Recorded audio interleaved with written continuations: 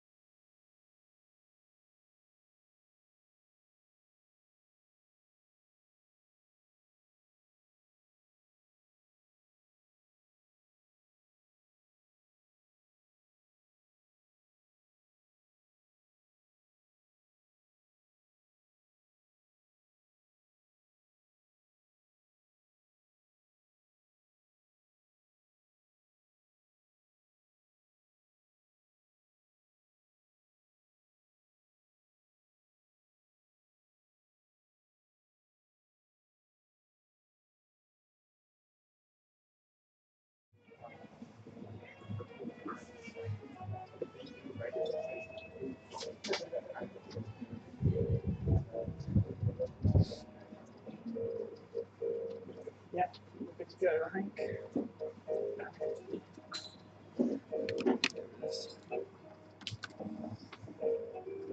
Right.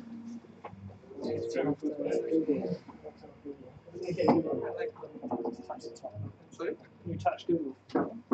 Oh, now it's heard. Always listening. Just touch it and it should stop. Great. Okay, cool. Yeah, we're gonna start. Hello, welcome to the DigitalOcean Unofficial Frontiers pre-party. Yeah, I'm David. As always, there's a few familiar faces. Hopefully you know who I am. Yes, we have, yeah, if you haven't been to a DigitalOcean meetup before, this is your Majesty office. We host them once a month here. It's pretty central, well connected. We do a variety of like tech topics. from like how the internet works to like DevOps to like JavaScript to like all kinds of things. So yeah, we do it once a month. It's a super chill atmosphere. There's usually beers, wine, pizza later, some snacks and free stuff, which is cool. Yeah, so it's just a nice little meetup. Tonight's agenda, yeah, this is the introduction to the meetup. I rattle on for a few minutes, and then Martin is going to come up and tell us about SEO for JavaScript products, which is cool. And yeah, and then afterwards, it's just a short one tonight. We'll just have a raffle. I have some t-shirts and stuff. We all love free stuff. And then yeah, pizza time's up roughly 8:08. We have a code of conduct. Essentially, it says be nice to everyone. Yeah, DigitalOcean is dedicated to providing a harassment-free event experience for everyone, regardless of gender, gender identity and expression, age, sexual orientation, disability, physical appearance, body size, race, ethnicity, religion or lack thereof, or technological choices. We don't tolerate any kind of harassment, and yeah, if you have any problems, give me a shout, or you can send a message, or tweet me, and we'll get it covered. But yeah, it hasn't been a problem, so yeah, you're all nice bunch of people.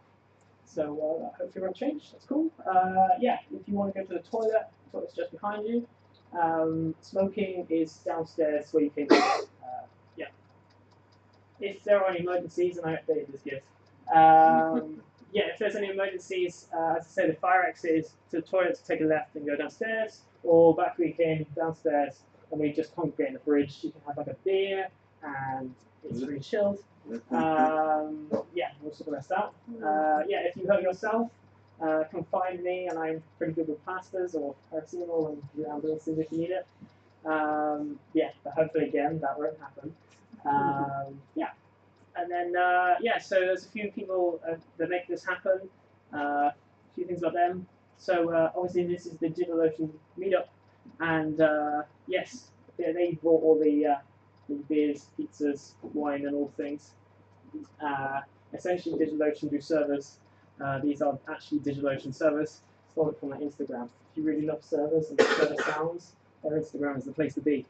Yeah, they have a really nice UI.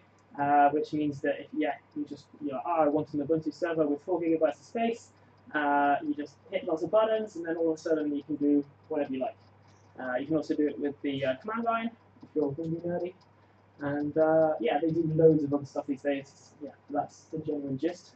Essentially, they make servers easy, and so you don't have to be this person. You can be just doing your thing on the internet. Your Majesty this is their office. I work for Your Majesty.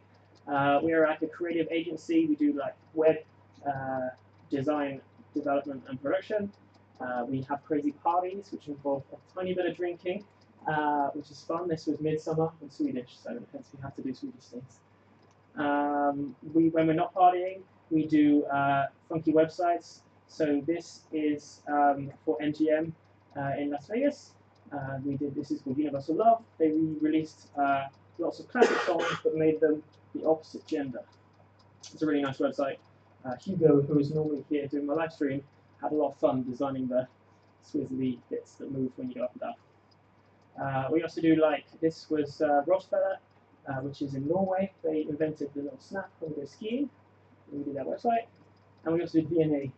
This is their new website, Running Dundee, which is cool. O'Reilly also, they give us some free stuff. They give us stickers and tattoos, and I have a little pencil case for the raffle later. You'll know them because they do books. They also do conferences, like really big conferences. And yeah, next month, literally in a few days, I think, they're doing the Artificial Intelligence Conference, and you can get discount on all their conferences using this code. So, yep.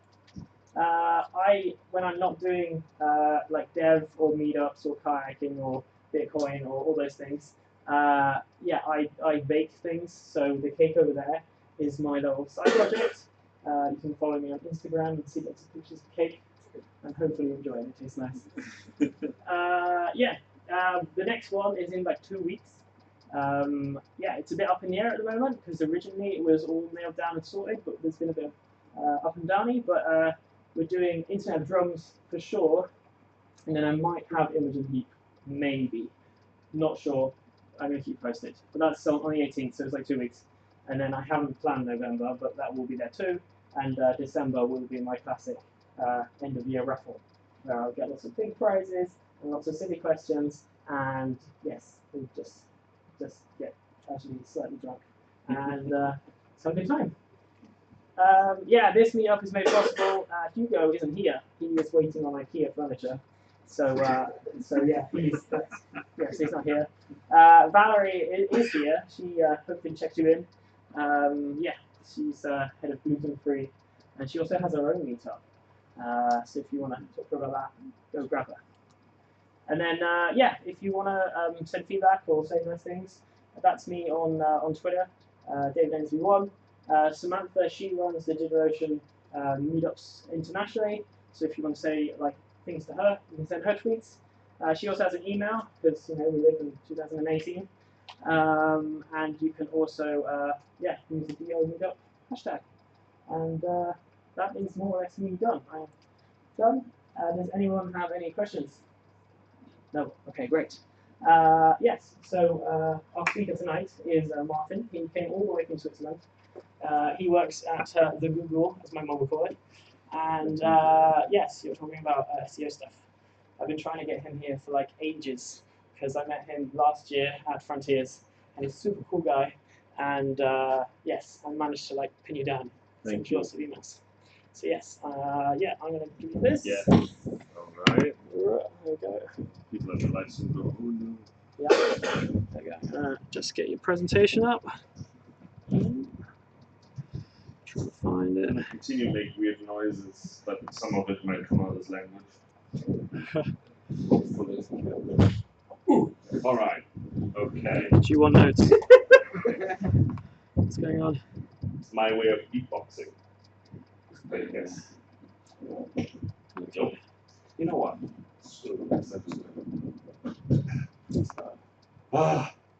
Gets you to appreciate your AV people at other conferences. It's true. This has a menu bar. Do you need your speakers or? No, I'll be fine. The presenter will be terrific. Oh God. Ruin size. Eventually, it'll do the thing. Yes, it does the thing. There we go. Right. Fantastic. There is a clicker. Thank you very much. Can you give Martin a warm round of applause? Yeah, first things first, I think this applause is really for David because I think he did a great job in pestering me long enough until I actually made it happen because my calendar is not fully under control, I have to say. So, yes, I'd like to talk about technical SEO because I work for the Google, as some people say, the internet, as some other relatives of mine say. Martin works at the internet. It's a really weird take, but okay, whatever. And real quick, so I'm Martin Splitt. I am a developer advocate at Google, sometimes also referred to as a webmaster's trends analyst. Don't get into the politics of it, it's the same thing. Some people also call me a developer avocado, which is also good, I think.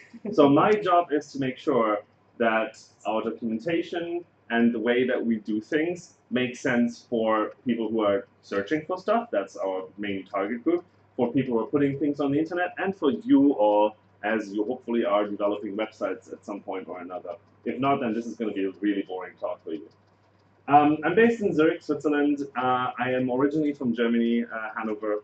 I have moved to Zurich 8 years ago or something, and as not many people know, what's happening? Keep going. Okay. As not many people know, okay, I see now.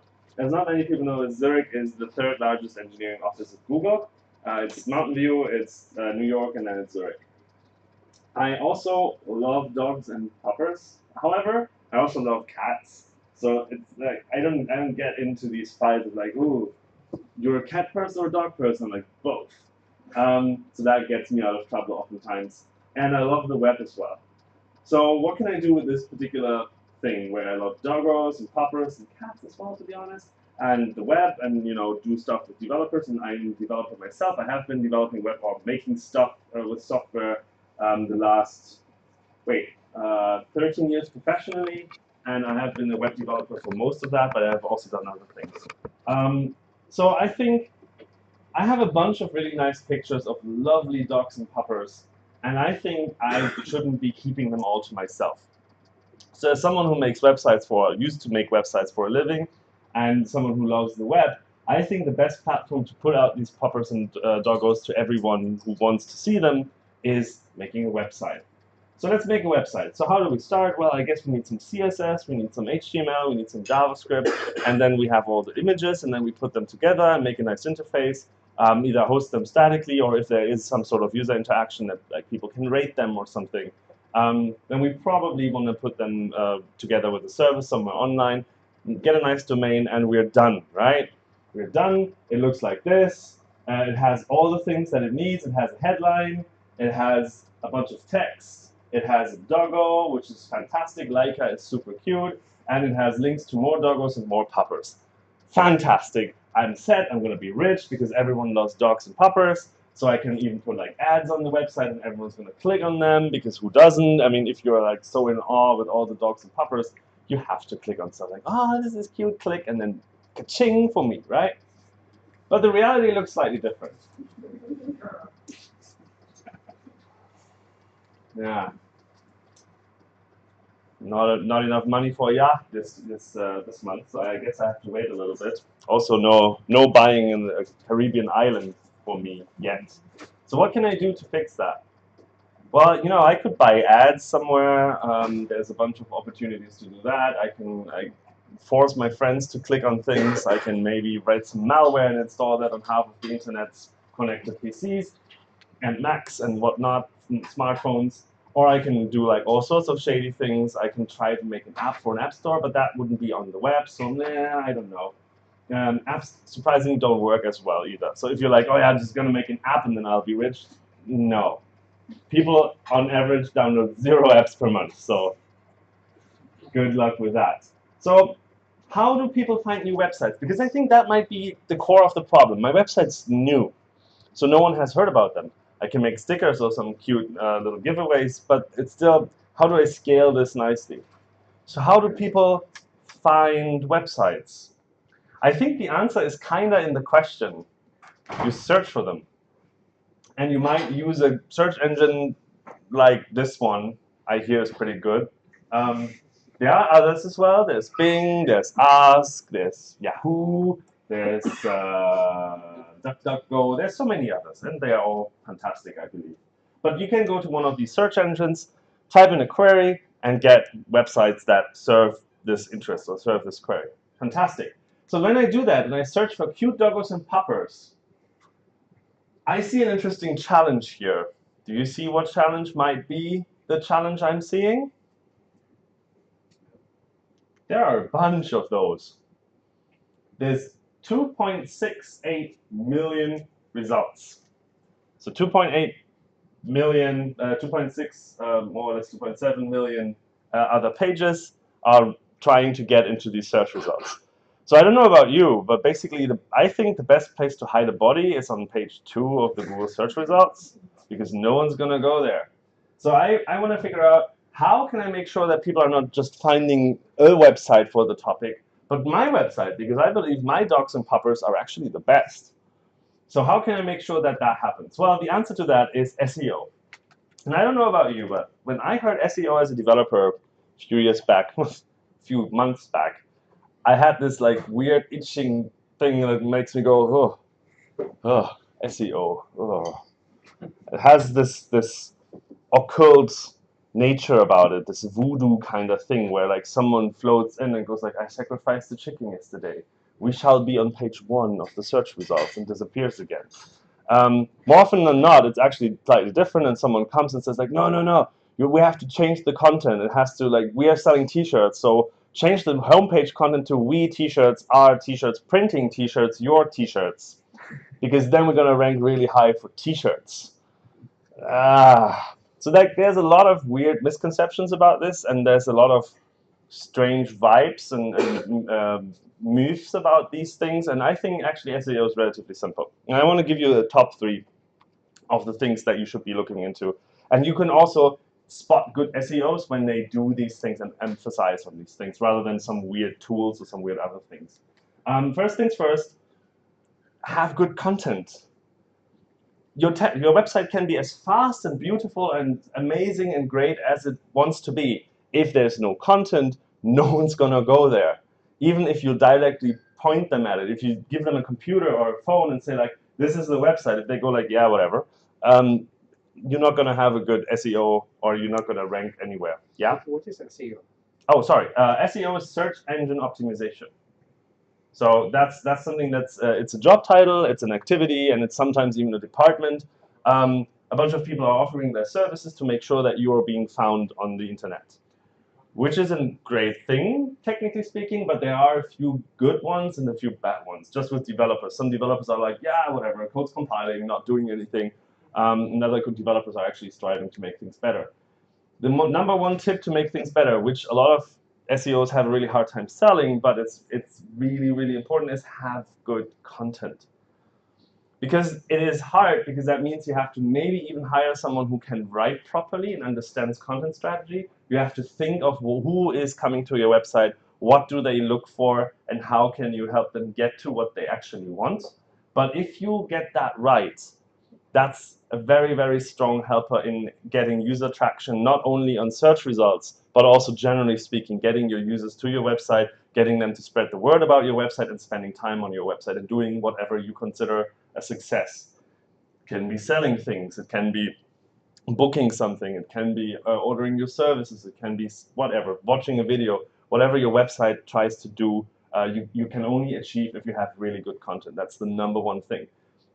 A lot of people hate this answer because you can't npm install good content, but that's the truth. There's no easy answers. The second one is give your users the content they are looking for, they want, as fast as possible.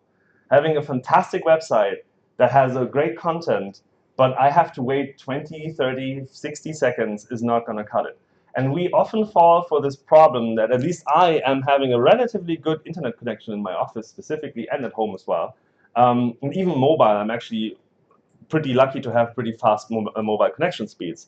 So whenever I see websites, they load relatively quickly. But try to travel with a train through Germany and use mobile internet there.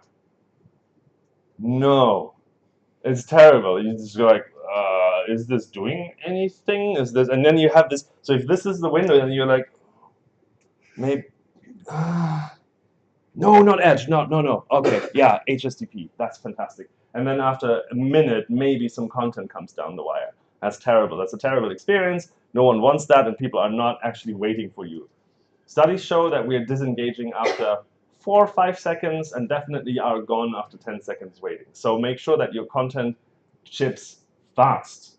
This is performance. This is nice for developers because we're like, yes, performance. We can do this. We know how to do this. And honestly, one of the very simple ways of getting performance right is use HTML, because it streams and it starts rendering as it arrives in the browser, rather than JavaScript, where you have to download the entire bundle, then parse it, then execute it, and then you get the content. So using progressive enhancement and using strategies that allow us to use HTML and CSS properly make a lot of sense, even though we can do that with React and Vue and Angular and all the other frameworks. Look into server-side rendering and hybrid rendering. We're going to address that a little later.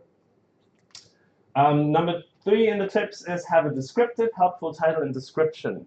And these should be individual to your pages. If you have different pages that describe different things, each of them should have a different title and a different meta description. As a meta tag that has the name of description, forget about keywords. We're not actually looking into those really. But the meta description actually makes a lot of sense, because we're going to show some part of it in the search results. So when you're searching for cute puppies, and then you see 100 different pages that have the title web agency or click here or something like that, you're not going to really click on them. You're going to click on the one that says best cute puppies, and you're like, oh yeah, that sounds fantastic. And then maybe there's like a few of these, and then you have little descriptions, and you say like largest collection of images or rating service, and you're like, yeah, I want to rate different puppies and doggos, so I'm going to click on that rather than on the other.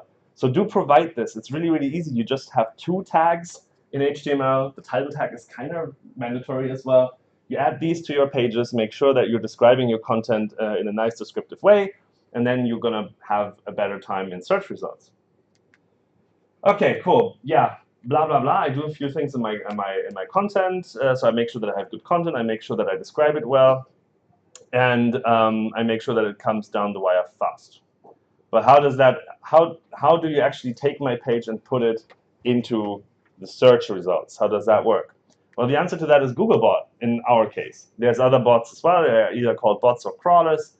And Googlebot is the example that I'm going to walk you through because that's the one that I'm most familiar with. They differ a little bit, but basically they're all doing the same thing. So Googlebot does the following two things. First things first, it does crawling, and it does, as a second step, it does indexing. What does that mean?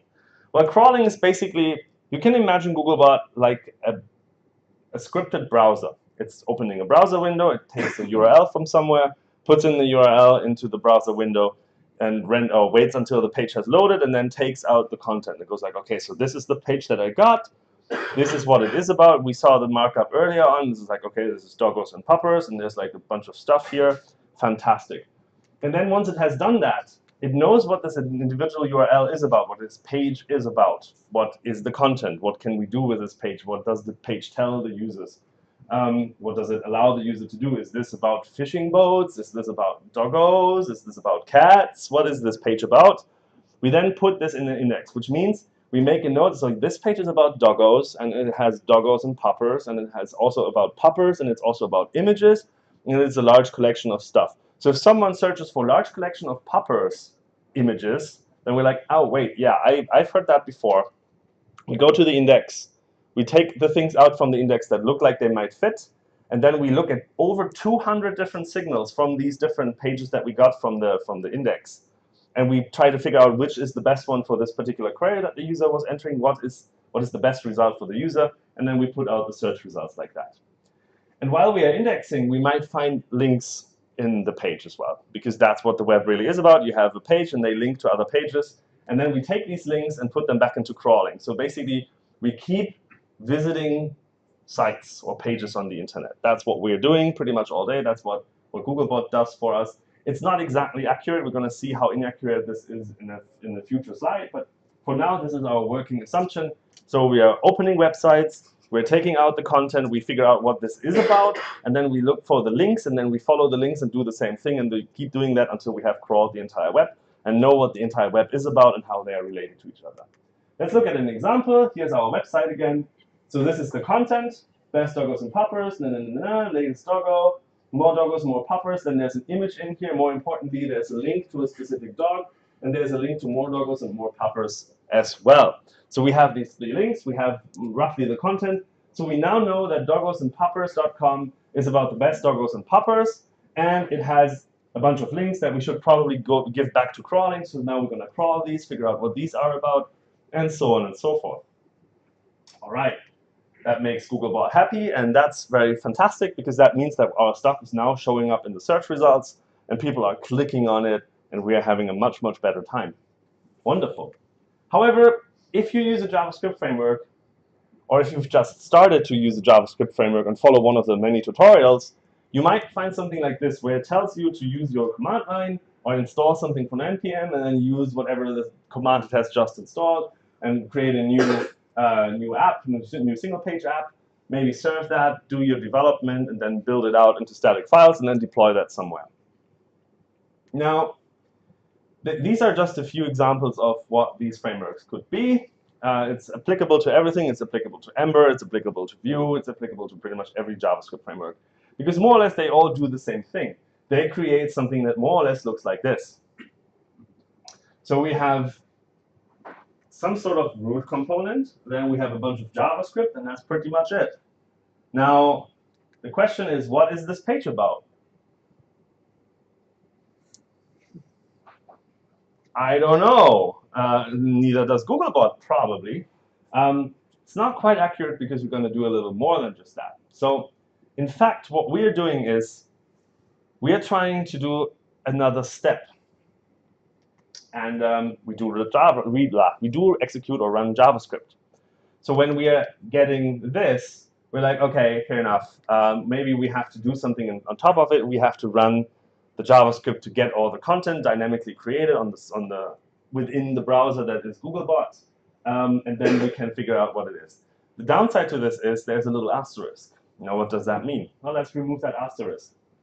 First things first, the web is huge.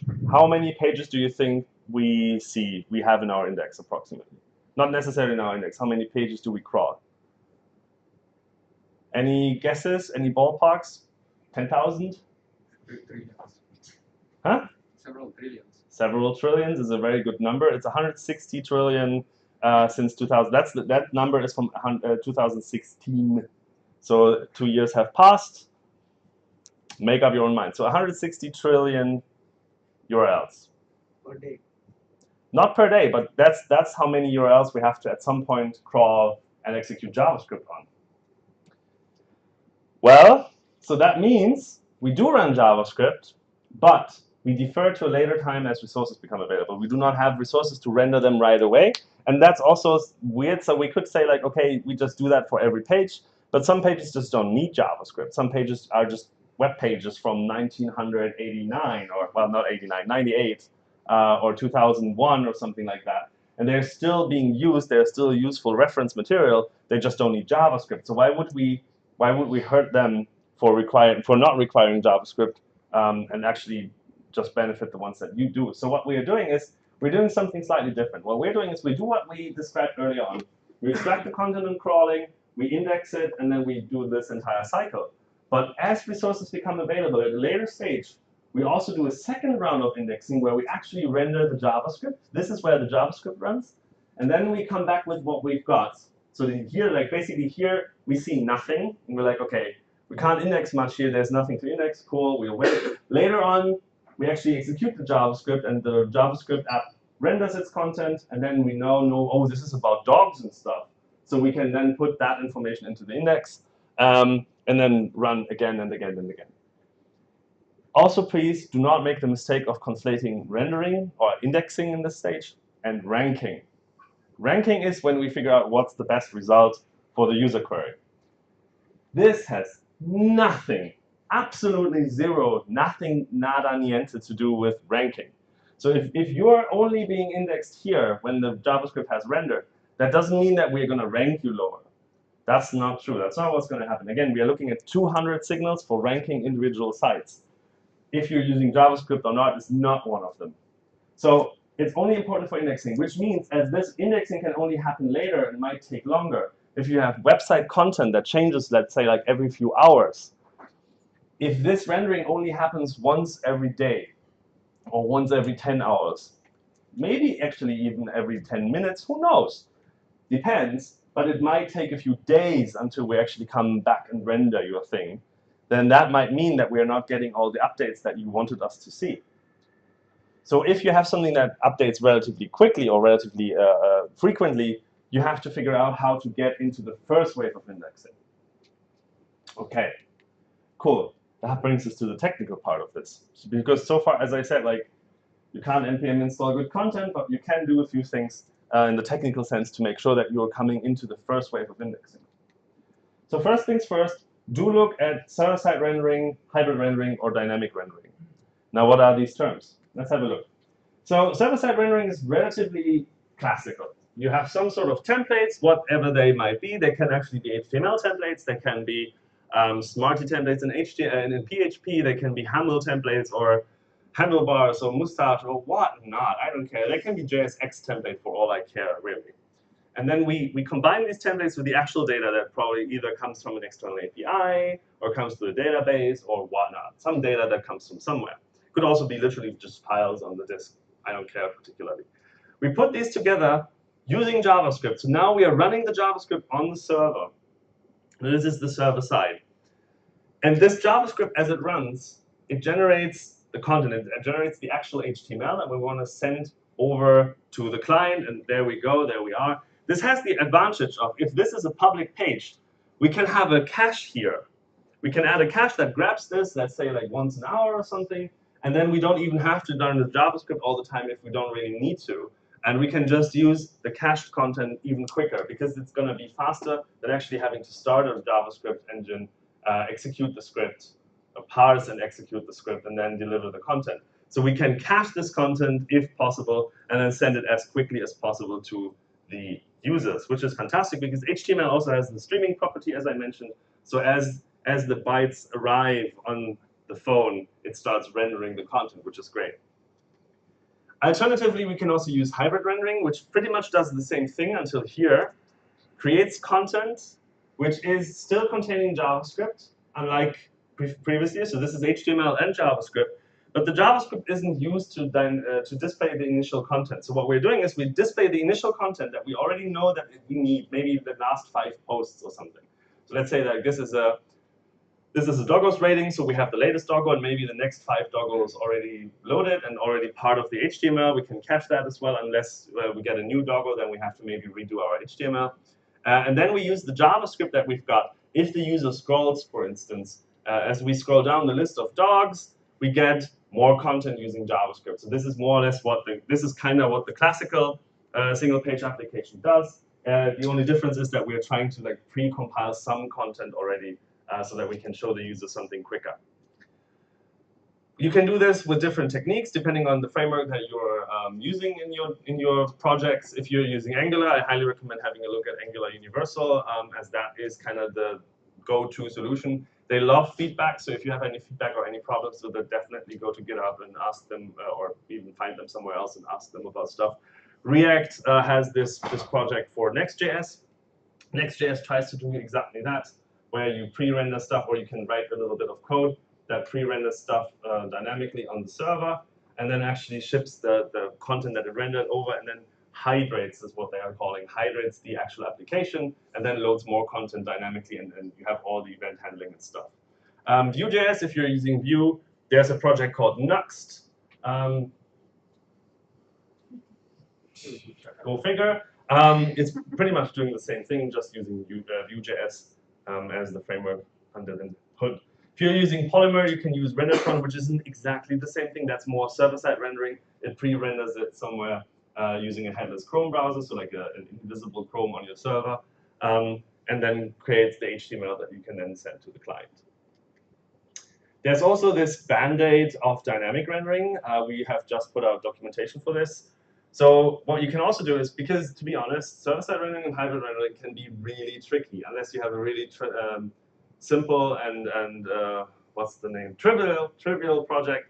It can get actually pretty hard, especially when you don't know the response time of whatever is your data backend. So if you're not using a database but using some external API provider, and they might take longer, then you might run into timeouts, and then what you pre-render is a loading spinner, and then it can get really, really hairy.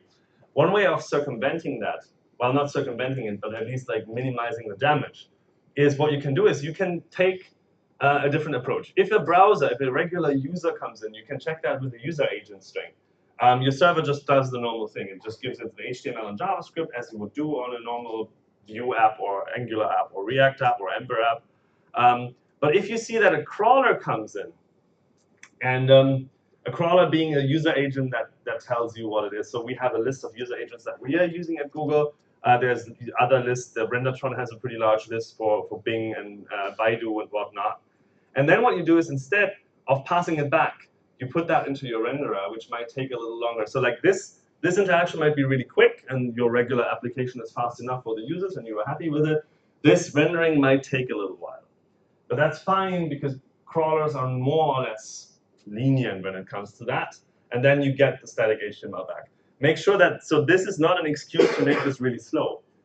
Because one of the signals is how fast users get your content, for us at least. For Google, it's one of the many, many signals. How fast is your site responding? So you still want to make sure that this is fast, but you might be caching here or something like that. So you can be a little more flexible. You can give the users the full-blown experience, and then only care for the crawlers that might not be able to execute it. Also, when I say that, now Googlebot does execute JavaScript, and I think Ask.com does that as well, but there are crawlers that do not. Baidu is one, for instance. Now you say, okay, I don't care about Baidu, but what you might be caring about is if you're putting your URLs, or if you want users to share your URLs with Twitter or Facebook or LinkedIn or whatnot, then you have this Open Graph protocol, which means you add meta tags to your website. And these meta tags allow you to control how the URL or how the post shows up in LinkedIn. So you can specify which picture, for instance, and you can specify different types of content, which then are being highlighted differently. These crawlers that fetch this information do not execute JavaScript as of today. We don't know when they will do that. So if your JavaScript is what enters these, or what puts these meta tags in your HTML, then you're not getting the benefits. So you need something like this anyways for some crawlers. So you can have a look at that. If you're interested in more, I put together this wonderful bit.ly link. And now that I see it, I should have probably taken a shorter thing, but at least it makes sense. bit.ly/dynamic rendering. It's long, but it makes sense. That brings you to the developer documentation from Google that we literally published today. No, yesterday evening, technically. That helps you figuring out that story a little bit and gives you a few pointers. If you want to know technologies that can do this, a few examples are Puppeteer or Rendertron. There's also a service called prerender.io. I don't actually know who's running that, but that seems to also be pretty popular as well. So they do this. These are solutions to do this dynamic rendering or even server-side rendering. Now let's have a look at a few common issues before I get kicked off stage. So first things first, I want to talk about URLs really quick. I know that everyone's like, yeah, URLs, I know how they work. You have a host, you have a top-level domain, you have a path, or you even have a path with a subsection.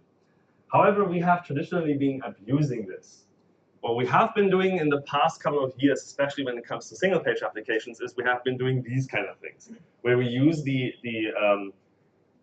section identifier or the fragment identifier to, instead of just going to a specific part of our document, we actually load completely different content using JavaScript.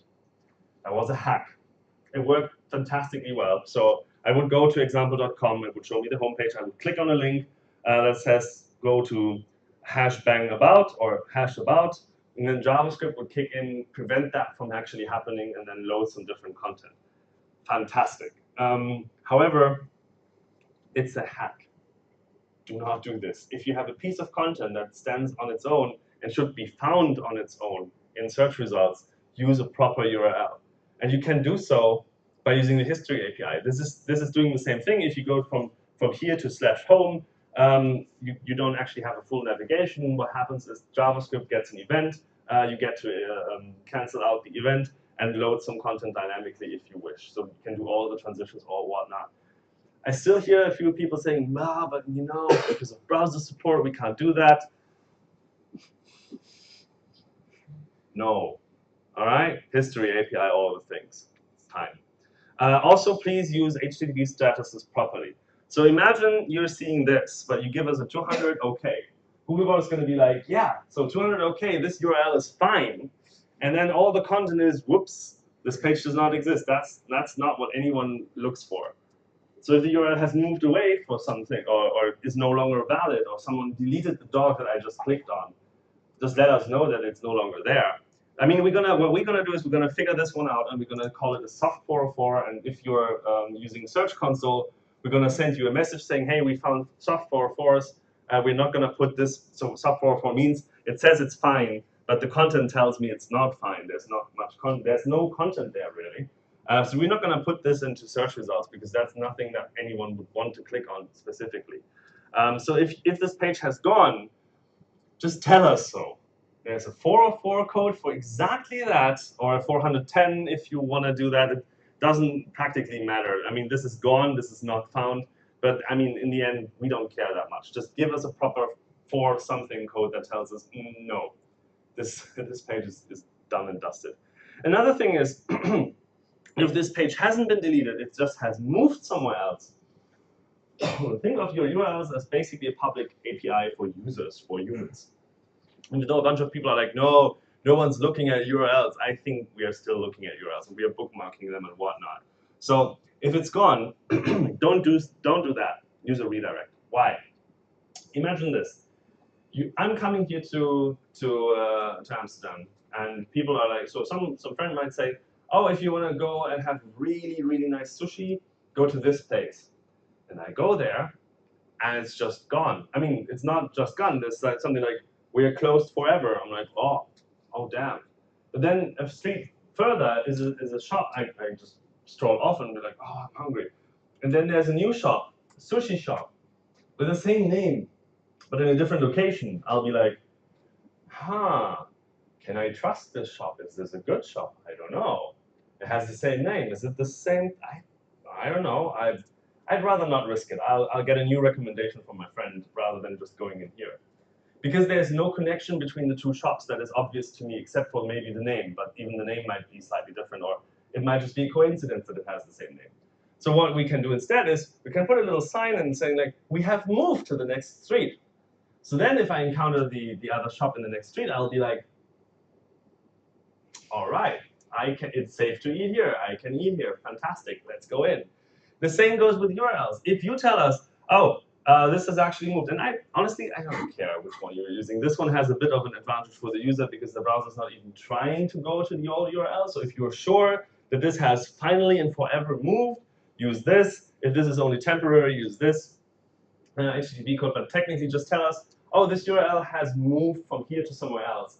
Because that means that we know that what we know about the other URL is still valid. So you get all the signals that we have collected for the other URL as well. Unless you do something really tricky and go like, ha, ha, ha, ha, I'm going to redirect to another page and have completely different content. Then we're going to be like, no. But as long as it looks like a sushi place and the previous one has been a sushi place, we're cool. If it has been a dry cleaning, or if it's a dry cleaning office now, just has the same name, I'm not going to go in and ask for sushi. So similar to that, use these statuses and use a 200-something status if it's fine, and we should be considering this URL to be fine. Another thing are sneaky 404s. They are nasty, and I keep seeing them, and they seem to be increasing over time, especially as new developers are coming in. So a sneaky URL is basically sneaky 404 is basically something like this. The browser requests a page from the server.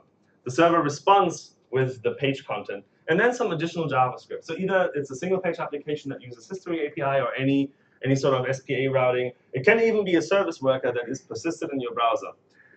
What this does is whenever we are going to another URL, JavaScript intercepts this. We are not talking to the server. The JavaScript then does something to get whatever content it needs to display at this point. And that's fantastic. That's exactly what we want. It's fast, it's nice, it's a single page application, beautiful. If it's coming from a service worker at this point, it might even be that I'm offline. So if this internet connection here is down, doesn't matter as long as I have the content in the cache. The service worker is going to take care of it. We are good, fantastic. However, if the server is misconfigured, something nasty can happen. If I have a new browser window, or if I have a different computer or phone, or if I send the link to someone else who has never been to the page, they might actually go straight to /about. If the server doesn't know what this URL means, if it doesn't know how to serve this, usually it should be serving the index HTML of your single page application. But if it doesn't know, it's going to be like, I don't know what this is. So the browser is going to be like, whoopala. And if this browser is actually Googlebot, we're going to be like, oh, this URL is now gone and busted. So OK, we'll not, yeah, out of our index it goes at some point. We're not going to throw it out of the index right away.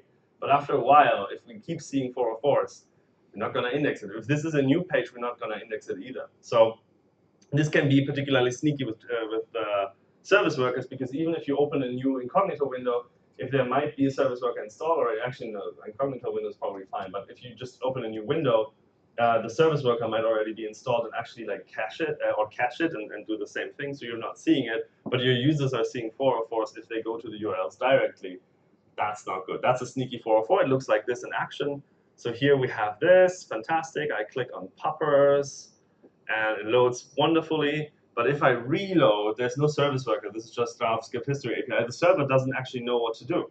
So this is bad. Make sure that your client-side rendering and routing works properly and the server is configured to deal with it, which means it should serve a 200 for all the routes that you expect, and it should serve whatever file it has to serve, which is, if you're not using server-side rendering or hybrid rendering or dynamic rendering, that's probably the index HTML. But yeah, that's it. Links are something that makes me very sad, because that is like has been there forever and works in Internet Explorer 3. So why are we doing weird stuff? So here you see like a bunch of links, but a bunch of them are like, this one is that's an easy one. Like, okay, it has an href, so it goes here to /good link. Nothing fancy here. This one, why? I mean, you're literally typing 3 more characters and much more here. Like, what?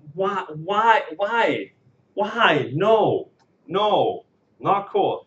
All your screen reader users or users with other assistive technology are having a bad time here if you do that. Because the screen reader is going to be like, yeah, text, whatever, and then the user is going to be like, what?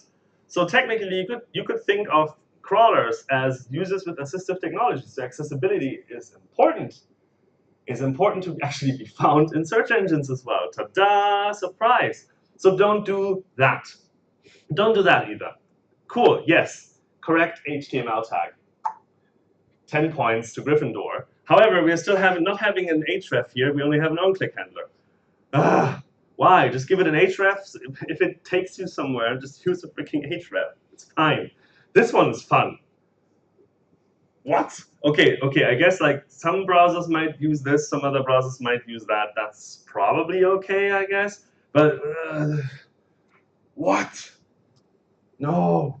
Yeah, but what? Sometimes it's going to good links, sometimes it's going to bad link. What is that? Schrödinger's link? That's not great. So please do that if you really must. Definitely do that if you can. Use an A tag with an href attribute, please.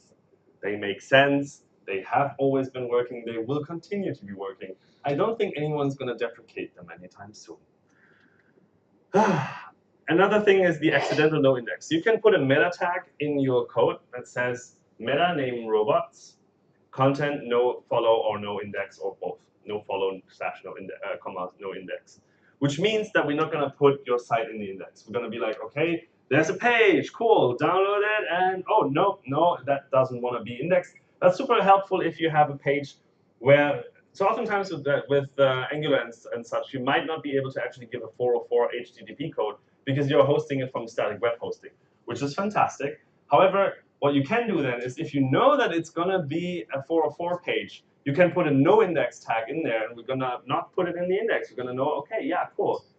This page should not be indexed. This page should not be part of the search results. Cool, we're going to do that. However, if you put that on all your pages and dynamically remove it, something fishy happens. We're going to do the crawling, no JavaScript at this point.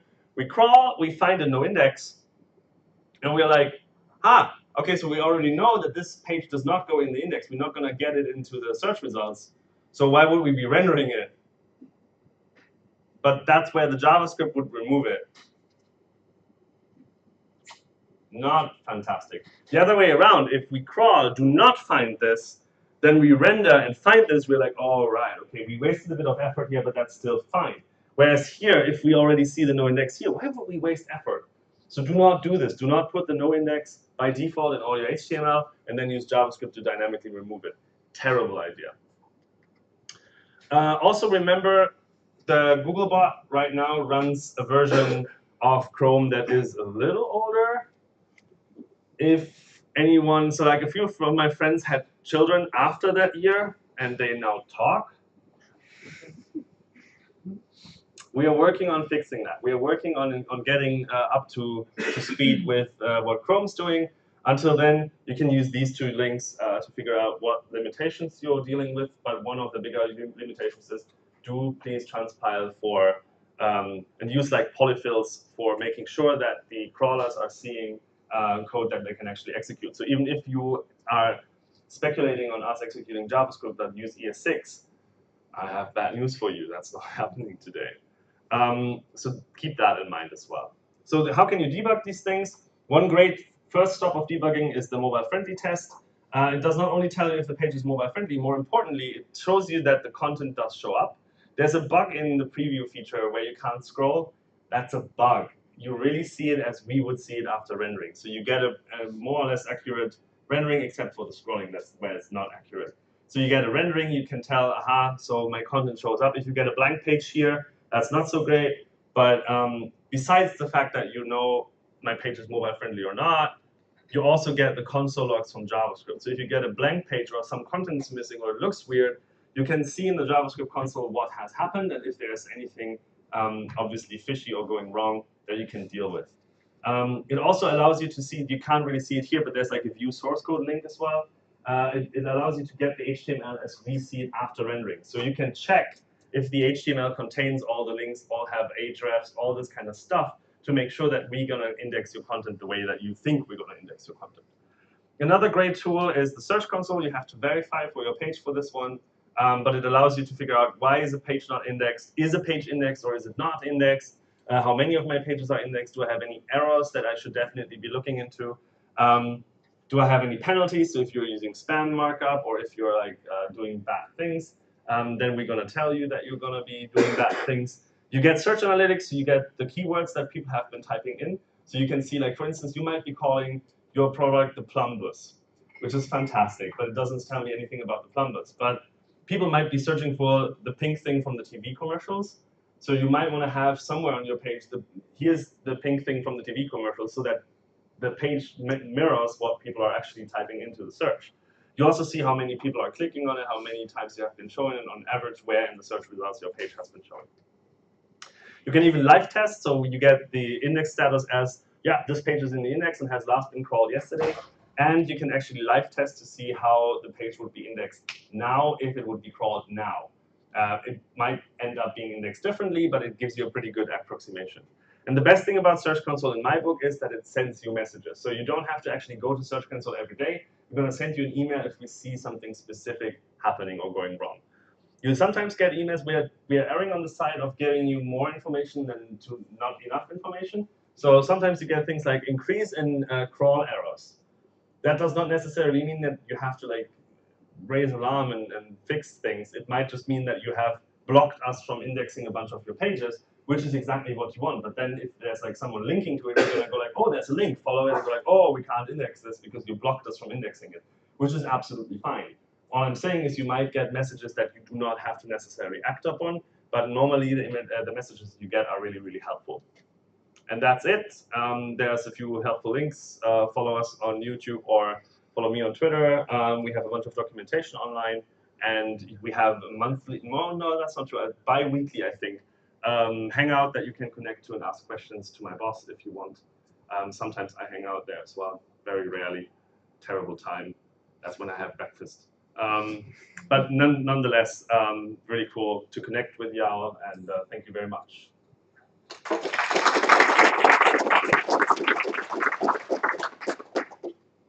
Any questions? Yes. So, talking about the 404 error message, when we have soft 404, if we are rendering or using any modern JavaScript framework, we define the header and the footer and mostly the main content changes. Yeah. And the main content somehow renders to a 404 type of page. Yeah. So you're saying any kind of that content which has a header and footer and matches a similar main content as which looks like a 404 content, you deprecate that and avoid indexing those. We are usually pretty clever, and yes, the short answer is yes, comma, but. The part after the but is, well, it depends a bit on how we see the content. Most of the times, it can actually also sometimes happen in error. If you have like one sentence like you're now logged out or something like that, then we might think, this might actually be an error. I'm not sure. I'm not exactly sure what the heuristic is, but we are normally pretty good in it. But what can happen is, for instance, you rightly put a no index there and say like, oh, we know that this is going to go wrong. So here's JavaScript putting a no index here. But we see like a lot of links going there, and then we're like, we see an increase in top 404s because this does not have any content. It also has a no index, but we still see it, and then go like, wow, this has not that much content. Maybe we notify you. So this is something that happens every now and then. It doesn't happen very often, but if what I'm trying to say or what I tried to say in the presentation was, if you get these messages, check if that's something that you actually care or worry about. Again, related to the same thing. So similarly, if I have a header and footer which has menu and copyright items and the thing, and this happens to be some kind of a content which is more media rich or asset rich, like only photographs, no content in written. Photographs are content. That's something that users are looking for. That's something that we display to the users. Photographs and videos are content. I'm not saying content doesn't mean text. Okay. Content means something that someone might be looking at. That can be images as well. Any other questions? Yes? On Google search, there is a tab on news. Are you trying to index those information faster? News is an interesting one because that's a different team. But there are, so for publications where we see that the content frequency is quite high, we do tend to index them faster. We at least try to index them faster. So if you happen to have, I don't know, if you're running CNN.com or whatever is the biggest newspaper of the Netherlands, then we're probably going to be like, lots of content constantly changing, lots of people specifically looking for this. Maybe we should index it a little more often. Again, that doesn't mean anything about the ranking. That just means that we're going to revisit this content with a slightly higher priority. But even that is a best effort. So it might be that we are not visiting these pages for a while if the resources do not permit. Yes? Thanks for the talk. One question that I had is that from the algorithm that you showed us, how the Google robot indexes basically the pages, right, and builds the assumption of what it is. So you said that that does not affect the ranking of the website, but however, does it speed up the whole process of getting it ranked? For example, you mentioned that if you have a website which has only HTML and CSS and not JavaScript, the algorithm runs faster, right? But if it has JavaScript, you enter in some more complex procedure, right? So I was wondering, if your website is pure HTML and CSS, does it get faster into the process of being indexed? It might, is the answer. So it's not a clear, I'm really sorry that I can't give clear yes or no answers, but that depends on so many things. So generally speaking, it doesn't get faster through the process. It gets in the queue as everyone else as well. So it might be that we have 1,000 pages in front of you that all need JavaScript to render, and then we're just going to go through it and go like do the entire thing and figure out, oh, there's no content, maybe later for rendering, whatever, and then we come to your page. So it doesn't mean that we are going like, oh, this page is HTML, so let's put this in the front of the queue because we're going to get more results from it faster.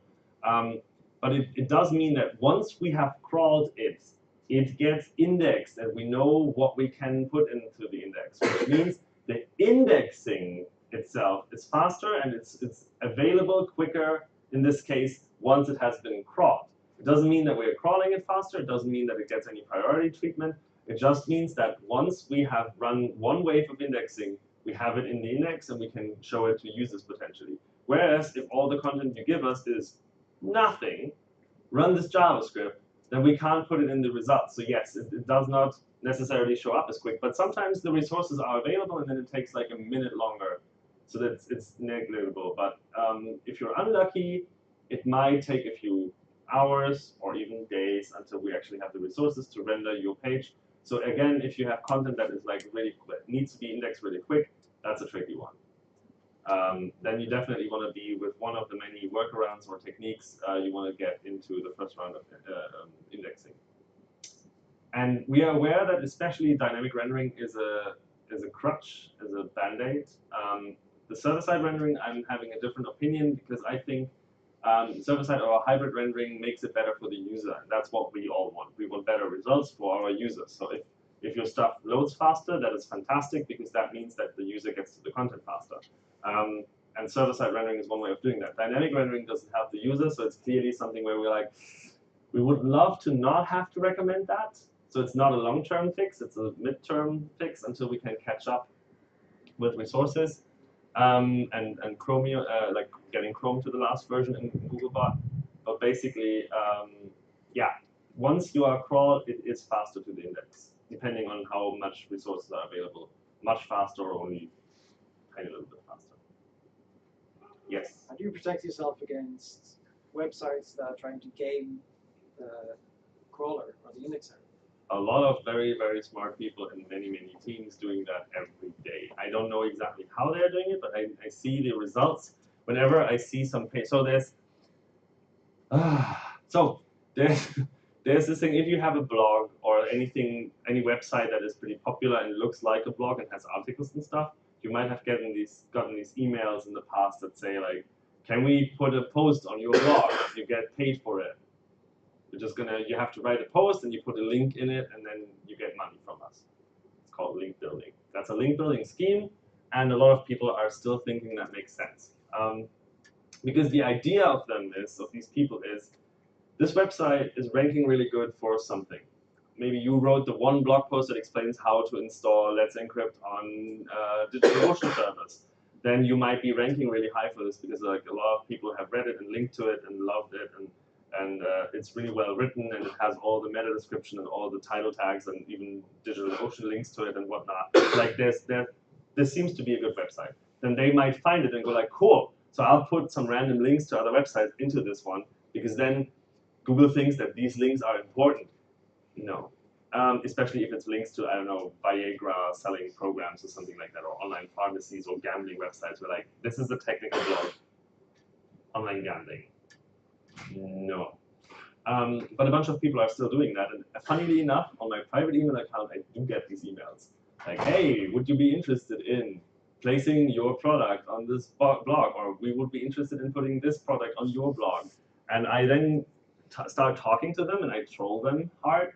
So a few weeks ago, I tried to get someone to give me URLs for selling trained octopuses to fishermen.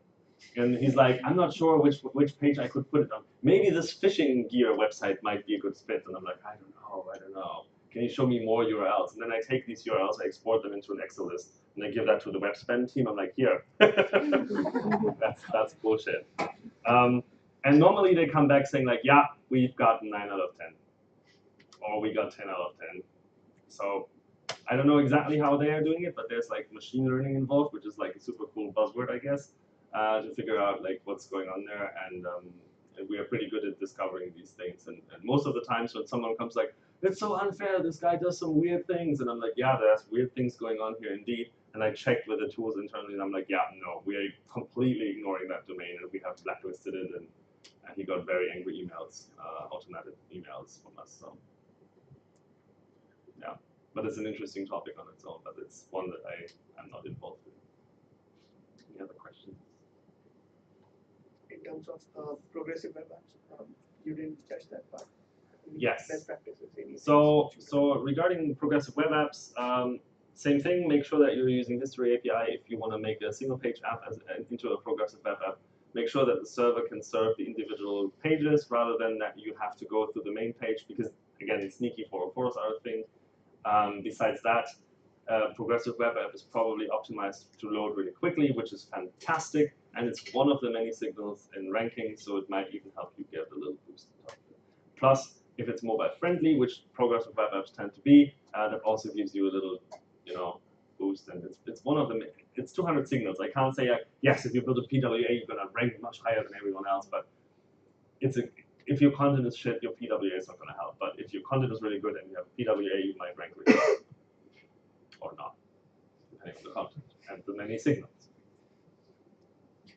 When you say we have 200 signals to evaluate a page on, do we have any article which describes all the 200 pages? As you can take from the audience response, no, and that would be risky. So yeah, we don't talk about all the signals, but basically, again, the core job you should be doing is make sure that you have great content that is delivered fast to the users who are looking for it. And that means having great content also means looking into your search analytics to see what are people typing in, what are people looking for, doing a bit of market research, which is super non-technical and super annoying probably, but it's something that you should definitely be considering because you have an audience on the other side that you want to cater to. So as long as you're doing that, let us deal with the rest. If your website is really good and makes the users happy and has good content that is being searched, then you have good chances to be high up. There's not much that can take that away from you. And if you have any problems, you can use the tools or even reach out to us using they're called the webmaster forums. So we have webmaster forums that are a great way to debug issues. That's the best way to reach us really. Because if you reach me with it, I'm seeing that I should have said that in the very beginning. If you are writing me a direct message on Twitter right now, hey Martin, can you help me with this website? My response will be no, I cannot, because that would be unfair to everyone else. But if you place your specific inquiry in the webmaster forums, there is lots of people who are not working for Google but have a lot of experience, and they're happy to help you. So yeah. Thank you. What is the last question? Sorry. What is the reason that you are still using Google 2015 version for? You didn't touch upon that part. Just Can I? Yeah. Okay. Ooh. Anyone from PR here? No? Eager? No? Fantastic. the question was, can I explain why we're using a version of Chrome that is 2 or 3 years old now? Why are we still in Chrome 41? The biggest reason actually is a technical reason. So Google Chrome and Googlebot have evolved in different ways, right? So first things first, Googlebot is much older than Chrome. So it has been around since 1998 or whenever, 1998, when Google search started. Chrome has only been around since 2009, 2008. I think 2008 is what we officially. Yeah, I think we had 10th birthday recently for Chrome and 20th birthday for search. And so that's one thing. So the Chrome that is running is a heavily modified version to begin with, because we have to extract a bunch of stuff, we have to do a bunch of stuff, we have to save a lot of resources. Especially if you are using Chrome with a lot of tabs, you know, it's not necessarily the small on memory footprint, let's put it that way. So that's one challenge that we have to work with. A lot of the changes that we have made in Googlebot specifically to get the old Chromium in, the version 41, have also contributed to the mobile Chrome, and have also, if you have ever heard of headless Chrome, Puppeteer, or Rendertron, that's using a lot of code that was specifically written originally for WRS, which is what we call Googlebot internally. So Googlebot has contributed back to the open source version of Chrome to make it headless and make it work nice. But there's still a lot of work to be done before we can upgrade it. The plan is specifically to not, so what we could have done 2 years ago, or 1 year ago actually, is we could have upgraded to whatever Chrome version we had at that time. But what's the point? Then we have another 2-year cycle until we catch up with whatever Chrome version we've got at that point. So the idea is to get to a more sustainable pace, to get to a situation where we can catch up and keep up with Chrome, rather than having the same situation that I sit here in 2 years and say, now we have Chrome 75 when the actual Chrome version is 95, right? So the idea is to try to make that sustainable. That's why it takes longer, because it's a lot of cleanup work and making sure that we're having a sustainable way of keeping up. Interesting technical challenge. I think they are hiring.